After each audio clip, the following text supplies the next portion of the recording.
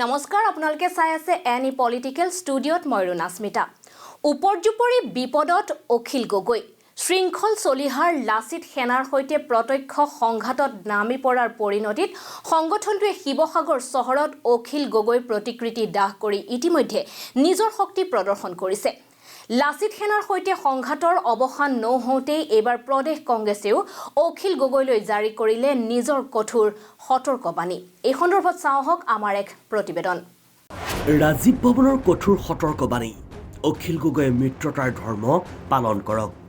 অখিল গগৈক জিভা চম্ভালিবলৈ চৰম সকিয়নি প্ৰদেশ কংগ্ৰেছৰ মিত্ৰতাৰ নামত কংগ্ৰেছে কাৰো পৰাই কুকুৰে কাইট নোখোৱা গালি সহ্য নকৰে শিৱসাগৰত সভাপতি অখিলে উজনি অসমত নিজৰ জনপ্ৰিয়তা প্ৰমাণ কৰক শৃংখল চলিহাৰ সৈতে সমানে সমানে প্ৰদেশ কংগ্ৰেছেও এইবাৰ উভতি ধৰিছে অখিল গগৈক এক সংবাদমেলত প্ৰদেশ কংগ্ৰেছৰ হৈ জ্যেষ্ঠ সাংবাদিক তথা কংগ্ৰেছৰ মিডিয়া কোষৰ উপাধ্যক্ষ মেহদী আলম বৰাই অখিল গগৈৰ শেহতীয়া কৰ্মকাণ্ডৰ চোকা সমালোচনা কৰে লোকসভাৰ বিৰোধী উপদলপতি তথা যোৰহাটৰ কংগ্ৰেছ সাংসদ গৌৰৱ গগৈ আৰু প্ৰদেশ কংগ্ৰেছৰ সভাপতি ভূপেন বৰাক ৰাইজৰ দলৰ সভাপতি অখিল গগৈয়ে কুকুৰে কাইট নোখোৱাকৈ গালি পাৰি অহাৰ ঘটনাত তীব্ৰ উষ্মা প্ৰকাশ কৰি প্ৰদেশ কংগ্ৰেছৰ নেতাগৰাকীয়ে অখিল গগৈক মিত্ৰতাৰ ধৰ্ম পালন কৰিবলৈ কঠোৰভাৱে সকীয়াই দিয়ে লগতে কথা কওঁতে নিজৰ জিভা চম্ভালিবলৈকো বিধায়ক গগৈক প্ৰদেশ কংগ্ৰেছৰ নেতাগৰাকীয়ে চৰম সকীয়নি প্ৰদান কৰে জাতীয়তাবাদৰ ক্ষেত্ৰভূমি উজনি অসমত অখিল গগৈ অনুগামী কিমান প্ৰথমে তাক প্ৰমাণ কৰিবলৈ নিজৰ গৃহ সমষ্টি শিৱসাগৰত এক বিশাল জনসভা অনুষ্ঠিত কৰিবলৈকো ৰাইজৰ দলৰ একমাত্ৰ বিধায়কগৰাকীলৈ প্ৰদেশ কংগ্ৰেছৰ নেতাগৰাকীয়ে মুকলি প্ৰত্যাহ্বান জনায় যে ৰাইজৰ দলৰ সভাপতি অখিল গগৈ ডাঙৰীয়াই আমি মন কৰিছোঁ আজি প্ৰায় 2-3 সপ্তাহ ধৰি একেলেঠাৰিয়ে কংগ্ৰেছ দলক আক্ৰমণ কৰি কথাবোৰ ক'ব ধৰিছে আমি কিন্তু বিহালী নিৰ্বাচনৰ পিছতেই আমাৰ দলৰ সভাপতিকে আদি কৰি কেইবাগৰাকীও নেতাই কৈছে যে আমি 2026ত বিৰোধী দলসমূহৰ ঐক্যমঞ্চ গঢ়ি তুলিম আৰু আমি বিজেপিৰ বিৰুদ্ধে ঐক্যবদ্ধভাৱে যুঁজ দিম তাৰ পিছতো দেখা গৈছে যে কংগ্ৰেছ দল সম্পৰ্কত কংগ্ৰেছ নেতা সম্পৰ্কত অখিল গগৈয়ে যিহকে পায় তিহকে ক'বলৈ আৰম্ভ কৰিছে আৰু এনে পৰ্যায়ে পাইছেগৈ যে এটা অস্বস্তিকৰ পৰিৱেশৰ সৃষ্টি কৰি পেলাইছে যিটো প্ৰতিটো কথাৰ এটা সীমা থাকে আৰু অখিল গগৈয়ে এই সীমা চেৰাই গৈছে গতিকে আজি আমি কেইটামান কথা অখিল গগৈক উদ্দেশ্য কৰি ক'ব খুজিছোঁ আৰু আমি লিখিতভাৱে সেই কথাখিনি দাঙি ধৰিব বিচাৰিছোঁ যে আমি অখিল গগৈক ক'ব খুজিছোঁ যে তেখেতে শিৱসাগৰ বিধানসভা আসনখনত কংগ্ৰেছৰ সমৰ্থন নহ'লে 2026ত জিকিব পাৰিবনে আমি কিন্তু ভাবোঁ যে আমাৰ সমৰ্থন নহ'লে তেওঁ তাত পৰাজিত হ'ব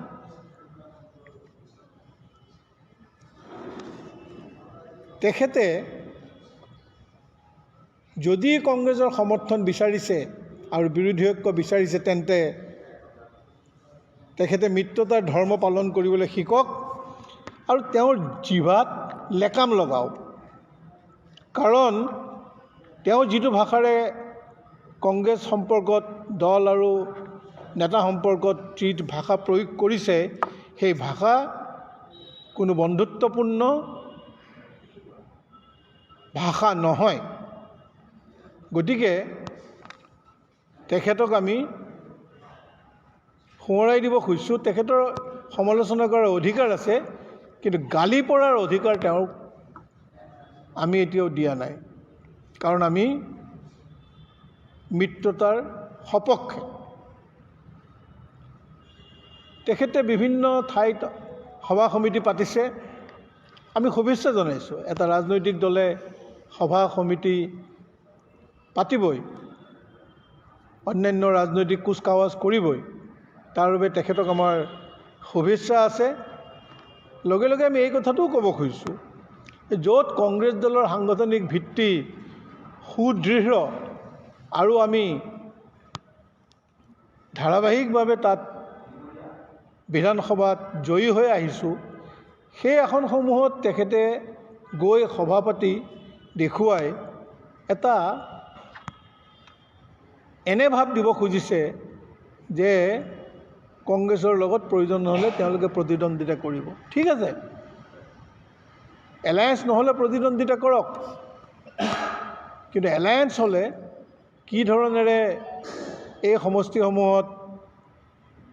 আমি যিহেতুকে তাত আমাৰ সাংগঠনিক ভিত্তি সুদৃঢ় আৰু আমাৰ সেই সমষ্টিসমূহৰ পৰা জনপ্ৰতিনিধি নিৰ্বাচিত হৈ আহিছে আৰু যোৱাবাৰ AIUDFৰ লগত কংগ্ৰেছে বুজাবুজি কৰি যিকেইখন আসন AIUDFক এৰি দিছিলে, এইবাৰ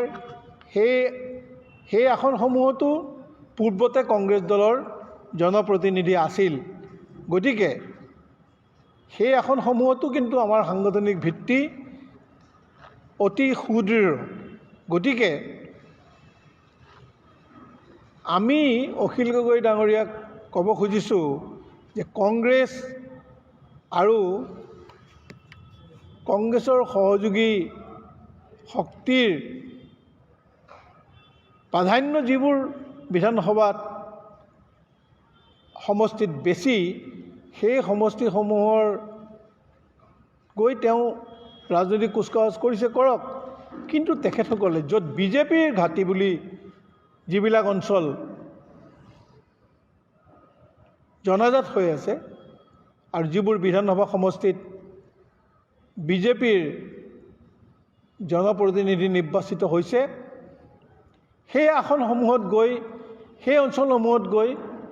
অখিল গগৈয়ে বৃহৎ বৃহৎ জনসভা পাতি ৰাইজক বিজেপিৰ যি জনবিৰোধী ৰাজনীতি সেই সম্পৰ্কে অৱগত কৰাওক। আৰু বিশেষকৈ উজনি অসমৰ বিধানসভা সমষ্টিসমূহত গৈ তেখেতেতো নিজকে জাতীয়তাবাদী বুলি কয়, গতিকে য'ত জাতীয়তাবাদী ধ্যান ধাৰণাৰ এটা ব্যাপক প্ৰভাৱ আছে, সেই সমষ্টিসমূহত গৈ তেখেতে নিজৰ প্ৰভাৱ কিমান সভা সমিতি পাতি সাংগঠনিক ভেটি সুদৃঢ় কৰি দেখুৱাওক। তেতিয়াহে প্ৰমাণ হ'ব যে তেওঁ কিমান গভীৰ পানীৰ জাতীয়তাবাদী। কেৱল জাতীয়তাবাদ শব্দটো মুখত উচ্চাৰণ কৰিলেই নহয়। গতিকে আমি ভাবোঁ যে জাতীয়তাবাদী আঞ্চলিক দল হিচাপে অখিল গগৈয়ে য'ত জাতীয়তাবাদী ভাৱধাৰা, জাতীয়তাবাদী আদৰ্শৰ প্ৰভাৱ বেছি, সেই অঞ্চলসমূহত গৈ তেওঁ ৰাজনৈতিক দলৰ সাংগঠনিক ভেটি বৃদ্ধি কৰক। অথচ তেখেতে 126খন আসনত যদি সভাপতি ক'লেহেঁতেন যে তেওঁক 25খন আসন লাগে, তেতিয়া দেখিবলৈ ভাল। আমি জনাত কিন্তু এই এছেছমেণ্টটো পঞ্চায়ত নিৰ্বাচনৰ পিছত কৰা হ'লেও দেখিবলৈ ভাল আছিল, কাৰণ পঞ্চায়ত নিৰ্বাচনত প্ৰত্যেকেই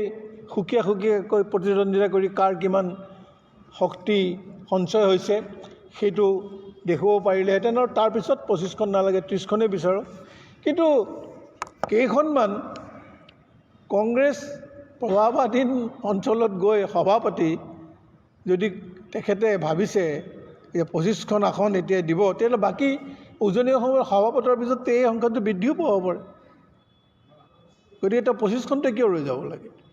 আগতে তেওঁ সাংগঠনিক জনগণে তেওঁৰ লগত আছে বুলি বিশ্বাস জন্মাওক। আমি কংগ্ৰেছ দলে তেখেতৰ দলক শক্তি অনুযায়ী এৰি দিম সেই আসনসমূহ, কিন্তু তাৰ আগতে তেখেতে প্ৰতিপন্ন কৰিব লাগিব। কেৱল ভাগ বতৰা কৰাৰ নামত ভাগ বতৰা কৰা, ৰাজনৈতিক কৰ্মসূচী কাষৰীয়া কৰি থৈ কেৱল আসন ভাগ কৰি ক্ষমতাৰ ৰাজনীতি কৰাৰ পক্ষে আমি নাই। Bureau report, any political.